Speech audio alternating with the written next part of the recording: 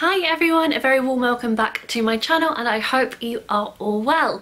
So this is a very long overdue video and I have been meaning to film it for quite a while, and then I kind of decided not to film it and then I decided to film it, and that is my newborn essentials.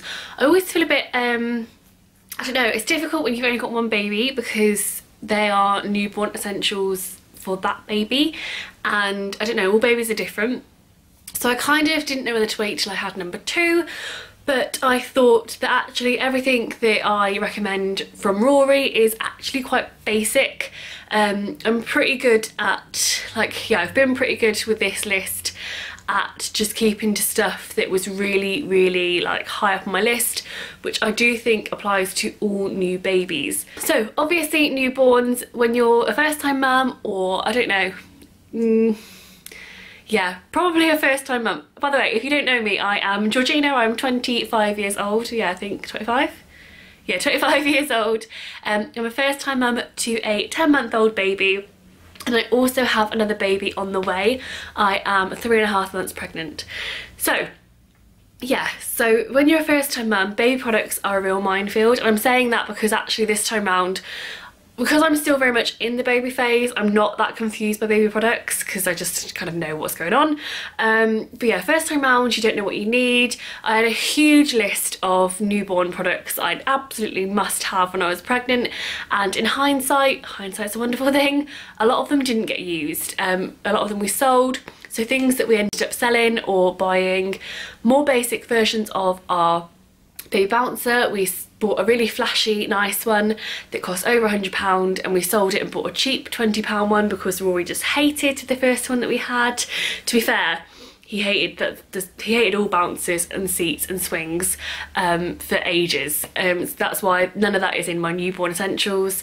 I don't have any form of bedding in here apart from the sleepy head, but yeah, I don't have like a standalone bed because Rory has always slept in our bed because he hates beds of his own, apart from he kind of now does his cot a little bit. So yeah, these are very basic items, and newborns are a bit of a minefield, but what everybody says when you're pregnant about how newborns don't need a huge amount is really true. It's difficult. There's a really fine balance because I don't know, I've got two very conflicting bits of advice, and it depends about your financial situation, I suppose, or what you believe in. My advice to myself, again, would be to buy the items on this list and not really buy much else, which is exactly what my plan is with number two. I actually already have it, so I don't have to buy anything. I'm really rambling here. I've lost my point, but never mind. But my advice to new first time mums is to just buy what you want, really. You only get that first time mum pregnancy once in your life, and it's really exciting, and a huge part of that excitement is buying products. So like my friend recently asked, she'd been put off loads of stuff by family, and I was like, if you want to buy it, and it's going to upset you not to buy it, then just buy it. Your baby might love it. It's really difficult, like I said, because once you've had a baby and you're like me and you know that babies don't need much, that excitement of buying everything isn't quite as exciting because you know you probably won't use it or you don't need it. Or it's the first time around, it's just a really nice special time and it's part of bonding with your pregnancy. But yeah, newborns don't really need a lot. They are very basic little beings, and this is my list of all the products that I either couldn't live without, or they make my life a lot easier. So I will start. I have them written down and then I will just show them to you if they are here. So the first item I cannot find anywhere, which is really weird because it's my absolute number one ride or die newborn product.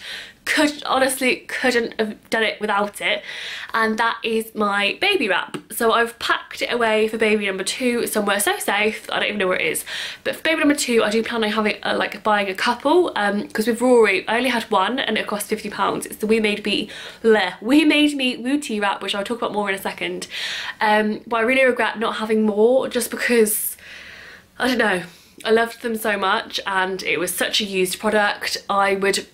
Sounds really stupid, but I wish I had one for upstairs, downstairs, the pushchair. Yeah, because like I would go out sometimes and I wouldn't bring it because he'd be in the pushchair and he'd get really pushchair fussy, and I just wished I had one in the bottom of the pushchair or in my changing bag. There were times where like I just couldn't be bothered to go upstairs and get it, like truth be told.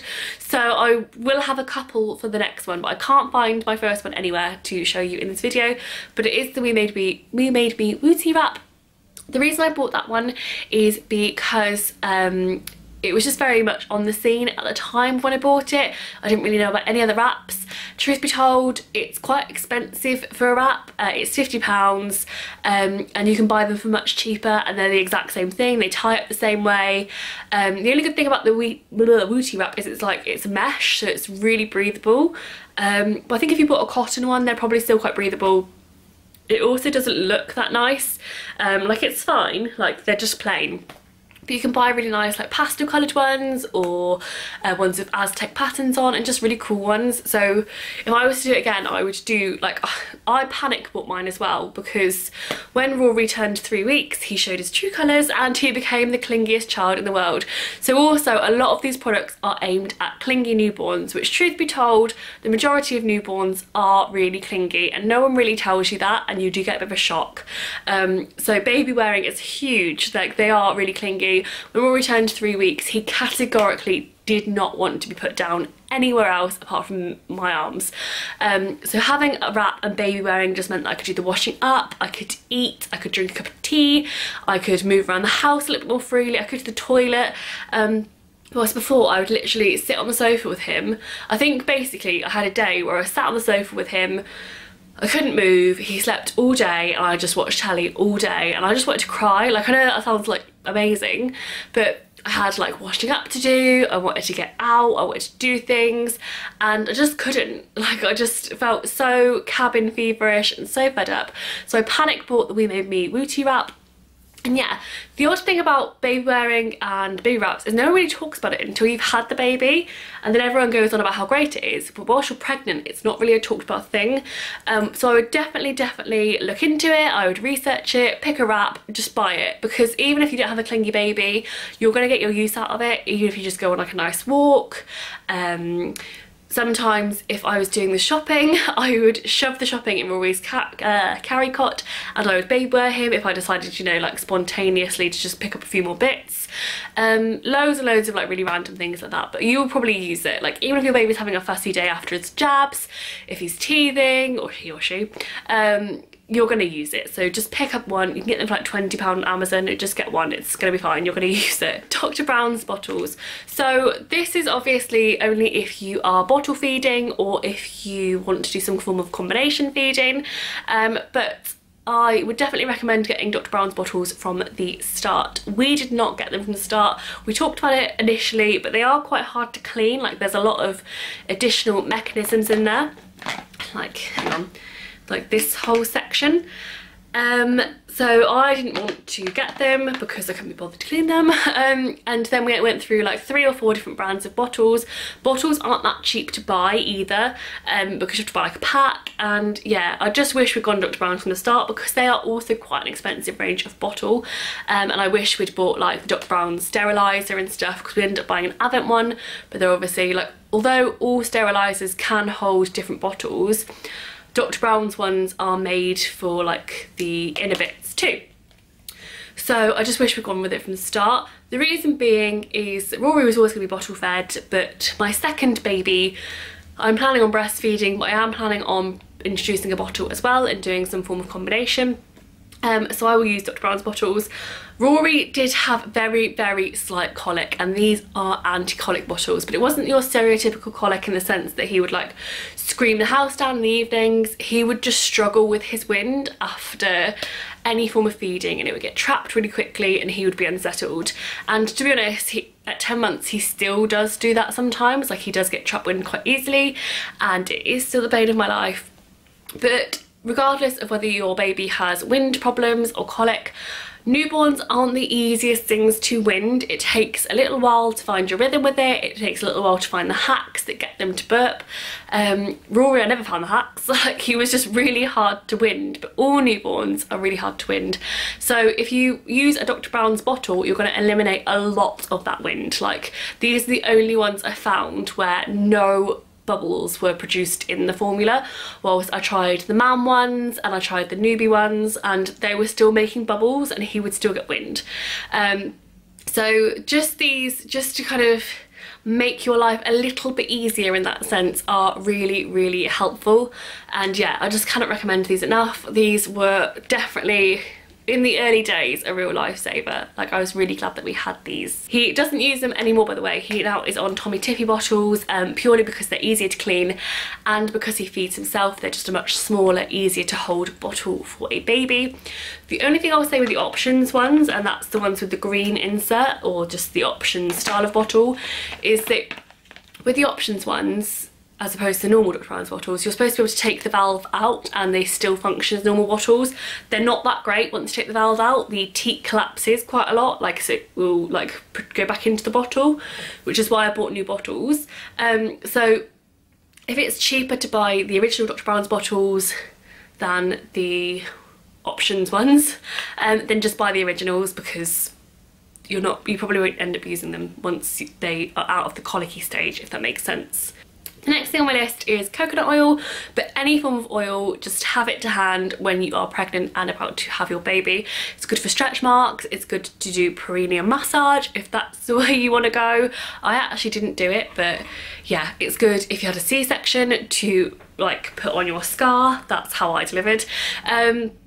Yeah, it's just really good to have on hand for yourself, but also really good to have on hand for your baby. Babies do get quite dry skin initially, because they've obviously lived in water their whole life and they're not living in water anymore. So they do get dry skin. Rory has really sensitive dry skin. He's got really bad eczema. He always has done. So I've always been glad to have this on hand, but it's just such a nice, like, your midwife or your health would still tell you to use olive oil. You can use anything. I use coconut because I had it already.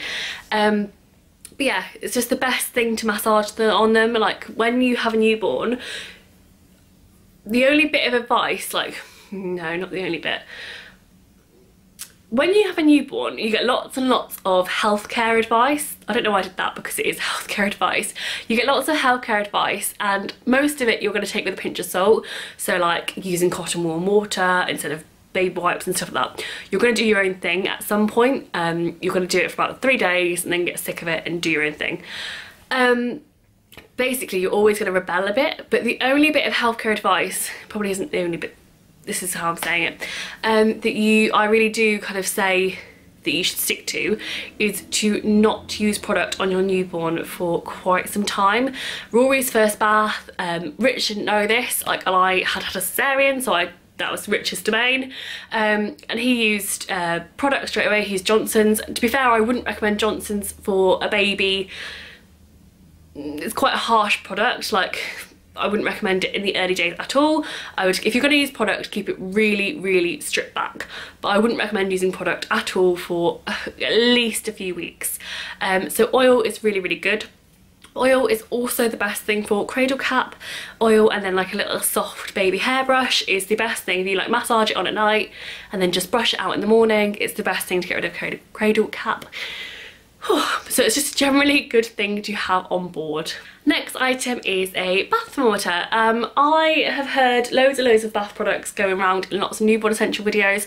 I watched a few just to kind of remind myself for this video. Lots of people talk about bath supports and stuff, so that's completely up to you to go and do your research there on what you think.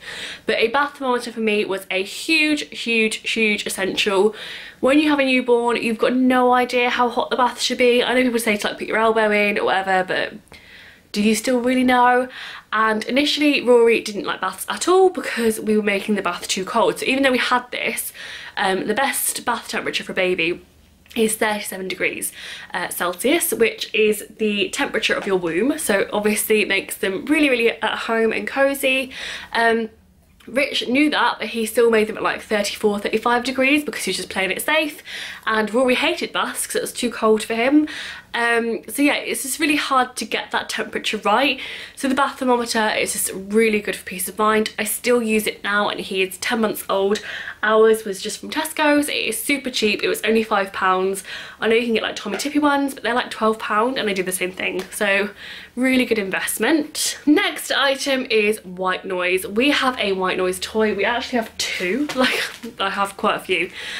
This one is my favourite, which is the My Hummy one. I also have the Whisper, which definitely has its place, especially if you're going down the Moses basket route. This is the best one for clipping on, whilst this one you have to put in the Moses basket, and that can be like, when you've got a newborn, it's quite like scary because you're like just terrified of SIDS at all times, so you don't really want to put this in there. And it's, yeah, well, with this one for a Moses basket, it's brilliant. For any form of crib, it's really good actually. But this is definitely my favourite one. I love white noise. I'm a massive advocate for it. If you've heard the fourth trimester, then it is a huge part of that. And basically the fourth trimester is your baby's adjusting from life outside the womb to life in the world, and how it's so different. And yeah, I'm just a huge advocate for white noise. Rory still uses white noise at 10 months old, and it is the only thing that settles him. When the batteries on these are dying, they can cut out a little bit more, and you can just tell because he will be really restless. He loves background noise, but it's really hard when you are a mum on your own. Like, I know they say like, don't tiptoe around the baby and make noise and get them used to sleeping in noise, but it's really hard to make noise when it's just you by yourself. So I find white noise quite helpful in that domain, or the telly is quite helpful to sit them in the room that you're watching telly in or whatever. But yeah, absolutely love white noise, a huge advocate for it, and it is definitely worth looking into. If you want to, like, if you don't want to invest in a toy because they are quite expensive, you can just get an app on your phone and give it a go initially and just see how you get on. But I love it, like, I just think it's really good. I'm glad I've got two toys because obviously I'm now pregnant again. So Rory will keep his white noise toy, and the new baby will start with the Whisper. My next absolute newborn essential are water wipes. I am a huge advocate for water wipes in the early days. I stopped using water wipes when Rory was being weaned and went on to the Aldi wipes, which are also absolutely the best wipes for older babies. But water wipes initially are just life. They are so, so good. I really cannot recommend them enough, just to feel like, I don't know, it's really hard to describe. I've never used cotton wool and water on Rory. I took these straight into the hospital, and since I started doing his nappies, his first two nappy changes were done by the midwife because I'd had a C-section, so I was in a high care unit and it was overnight, so there was nobody else there. So the midwife did his first two nappies. I did offer her my water wipes, but she wanted to use cotton wool and water, which is fine because obviously she's got guidelines to use. But I've never used it on Rory. He has always been water wiped, like, I've always used wipes on him, but I started off with water wipes. And just for peace of mind to know you're not putting any harsh chemicals on your baby, water wipes are amazing. Mine are in this bag because the pack has split and they are quite wet, so you can't really like leave them on a surface because they'll just soak it. This is an older pack that I used whilst we were on holiday recently because, again, even though we went on holiday when Rory was 7 months, so he's weaned, I just took them with me because I didn't know how his skin was going to react to the heat and sun cream and stuff, so I just wanted to, again, eliminate any additional chemicals that didn't need to be used. Water wipes are 99.9% water and 0.1% fruit extracts. There are no chemicals here whatsoever. I know lots of other wipe brands do claim to be like as good as water, but these are literally water and that's it. Like, if you read the ingredients to any of the wipes, there are ingredients in there that you wouldn't recognise, like, whilst this is just aqua and citrus grande seed extract. So yeah, so really, really, really good for your baby. Rory's never had nappy rash, she's never had any form of problems in that area yet, touch wood. And I do put a lot of it down to using water wipes in those early days whilst he was adjusting to life with nappies and stuff like that. And yeah, just like I said, just to feel like you're not doing anything too harsh to your newborn skin in the early days, water wipes are amazing. My next recommendation is muslin blankets. Everybody is going to tell you that you absolutely need muslin blankets. Initially, when I first had Rory as a newborn, I didn't really use them that much because he's never been a sicky baby up until like now. Like now he's teething, he is quite pukey. But yeah, before that he has never ever been a sticky baby, but these will quickly kind of find their way into your life. They're really good just for anything really, just to know that you have them in your bag. They're good to do like nappy changes on, they're good to like keep the sun out of their eyes in the pushchair, or we've like hung them, like we've unwound the window a little bit, popped them in there and then wound the window back up in the car, just to block sun out when he's in the car. What else? Just loads and loads of stuff. If you're breastfeeding, they're a good cover. The main thing that we use muslin blankets for now are for comforters. So Rory goes to sleep with a muslin blanket. He wouldn't settle as easily without them. They're like a sleep crux for him now. So if he's overtired and moody but doesn't realise why he's moody, if you give him a muslin blanket, he's like, oh no, I get it now, I'm tired. So he has that association. I definitely recommend going quality over quantity when it comes to muslin blankets, but that is completely personal preference. I know so many people that are the opposite, but this isn't Aden and Nice. This is from TK Maxx, but I would, like all my Aden and Nice ones are in the wash. But I would definitely recommend like touching them, feeling them. Some of them can be really stiff. The Aden and the Nice ones are so soft, it's unbelievable. Like they are definitely our favourite. They're just really lovely. Like just, yeah, 100% would recommend going for them. They are really pricey. It's like £20 for 3 or something, which is like actually shocking when I say it out loud, but they are 100% the best ones. And yeah, I am going to keep Rory's Aden and Nice ones to him if he still wants them when the new baby comes, but I would have great comfort in knowing that they would last through babies, if that makes sense. I would buy the new Aden and Nice ones, so they have their own ones, if that makes sense. But if he's not into having a blanket or a raggy, as they're known in our house, then the new baby can have them, it's fine. Like they really hold their quality. The next thing is a really not controversial, let's not be dramatic, but it goes against a lot of people's recommendations, and people often tell you not to buy your baby too many clothes. I go against that. When it comes to the newborn days, I recommend getting loads and loads and loads of sleep suits.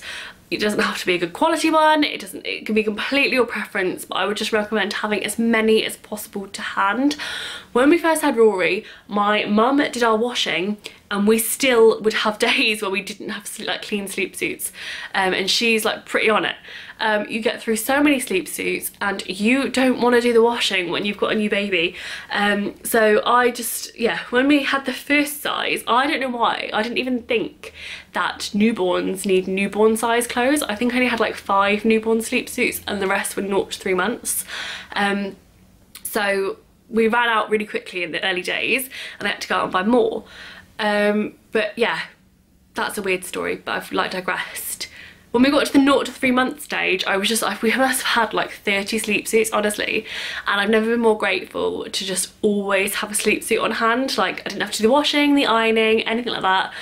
We would always have a sleep suit. Babies go through a lot of sleep suits initially. They are pukey, they are, you know, pooey. Yeah. And you don't want to do the washing, like it's another thing that you don't have to think about. So I go against that advice and I would recommend that you get as many as you want. They don't have to be super expensive, you can just buy affordable ones from Primark. The Primark ones are really good actually. The other thing I'd recommend is getting them with the built-in scratch mitts. Scratch mitts are crap, like you're going to use them for all of 10 minutes and they fall off all the time, you lose them, they're like socks, they're impossible to match up. They're just a real waste of money. Just buy the inbuilt scratch mitt sleep suits and that's a genius idea. Another product that I recommend, I don't know if it is classed as a newborn product because it depends when you decide your baby's no longer newborn. I know some people decide once they're a month old they're not a newborn, but in my personal opinion it's like 0 to 3 months they're newborn. But another one is Gripe Water, but they can only have this once they are 4 weeks old, I think. Yeah, 1 month old. This is really good for wind. It's really good once the wind is trapped at relieving it really quickly. I still sometimes use it for Rory. I haven't used it for a while, but from like maybe 7-8 months I've still used it. And it's also really good for getting rid of hiccups really like instantly. Like the second you give it to them, their hiccups go. And newborn hiccups can be quite quite aggressive. They're not very nice for newborns to have.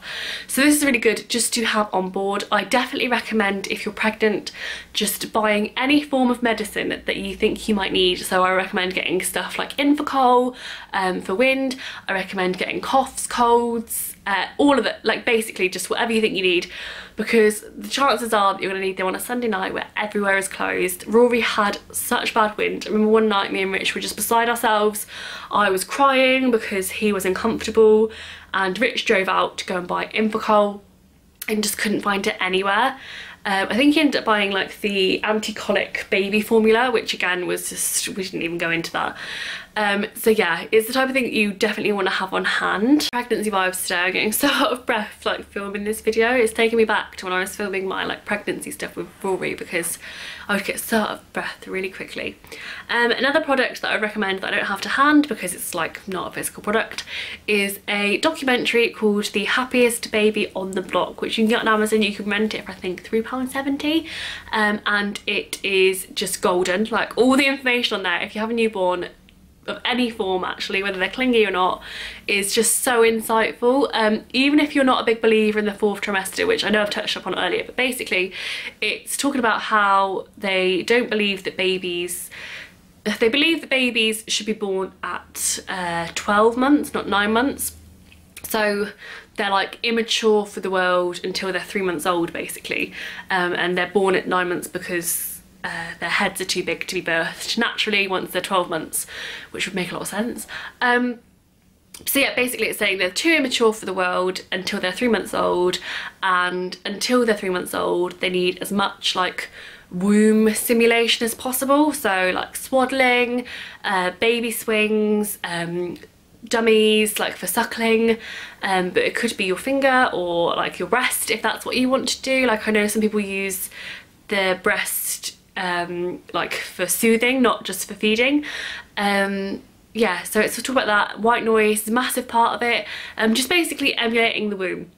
But even whether you believe it or not, it's a really, really insightful video. It talks about how lots of babies are misdiagnosed with colic because they cry a lot, and just talks about how they just kind of, like I've said, just want to be close to their mum. They want to be held. They want to just be close to, like, basically, if you think about it, babies are animals and they have very, very basic instincts. So if you put a baby down, they believe they are vulnerable to prey, which in the wild would be exactly what they are. So if you look at animals like kangaroos, have a pouch for their baby, monkeys carry their young absolutely everywhere, cats carry their kittens in their mouth. Like if you look at it from a very basic point of view, they're very animalistic in that sense, and babies want to be close to their food source, which is mum, and close to their comfort. Even no matter how you're feeding, basically mum and dad are food sources, whether you're bottle or breast. Yeah, they want to be close to comfort and they want to feel secure. So they want to be near a heartbeat, which is what they've known their whole life, and they want to be warm. So it just talks about that, and it just is really insightful. I didn't watch it until Rory was about 3 months old, and a lot of the stuff, it kind of tails out once they become about 3 months. But I wish I'd watched it sooner. I'm going to do a refresher in it for this new baby, and it's just really insightful about how they want to be swaddled. They want to just feel comfort really, and the only comfort that they've ever known in the womb is to be like tightly hugged, to feel hear constant noise around them which sounds like heartbeats. They want to be warm, they want to be snug, you know, all of the things. So it's a really, really insightful thing to watch. They do have a book as well, but I would just watch the film because it's quicker.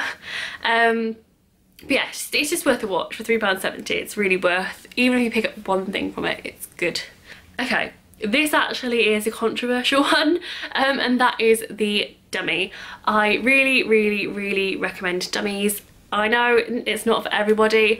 When I was pregnant, I didn't think I wanted to be a dummy mum. I was kind of like, if he likes it, he likes it. If he doesn't, he doesn't. That's fine. But they are really, really good. Like, they're just good for offering comfort to newborns, and to Rory now. Like, he does just sometimes whinge because he wants his dummy.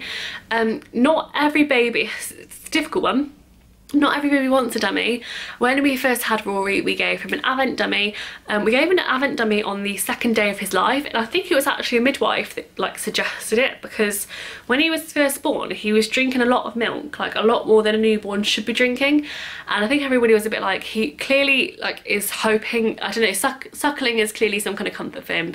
And I think I didn't have a dummy packed with me in my bag, or my hospital bag. I think the midwife suggested, like, I think I just texted Rich and was like, can you pick up a dummy, because the midwife said it might be a good idea. So he had the Avent ones initially. I think he did take to them quite well straight away. He would only take to the Avent ones. We had other brands and he definitely preferred Avent. Actually, he liked Avent. I think I tried to give him a couple of different brands because I liked the patterns more, quite selfishly. But yeah, he would only take the Avent originally, and then he kind of like, I don't know, he wasn't that bothered by dummies. Like, he would take them once he was asleep, but if you gave them to him whilst he was in the pushchair or sat around, he'd just spit it out. So I just kind of assumed that he wasn't that interested, and we just didn't really pursue it. And then one day I came across this one, this Tommee Tippee dummy that I'd bought when he was quite young, and just gave it to him. Like, I don't really know, I just gave it to him. And he loved it. Now he is really into dummies, he keeps them in his mouth most of the time. Yeah, he's generally quite happy with the dummy. But I know it's controversial. When you are a new mum, you just have to do what you need to do, really. I know there's like debates around how babies don't need them, and if they don't have them in the first place and they don't know they want them, but there's actually a lot of like arguments to say that they're really comforting for babies, because I think there's something to do with their head. Like, there's a lot of pressure in their head for their firstborn. I can't really remember. I remember reading about it when I was pregnant, and it really helps to just comfort them through that. And there's something to do with the 4th trimester as well there. But yeah, a dummy is a good one just to have, even if you just buy like 1 pack and you might not use it.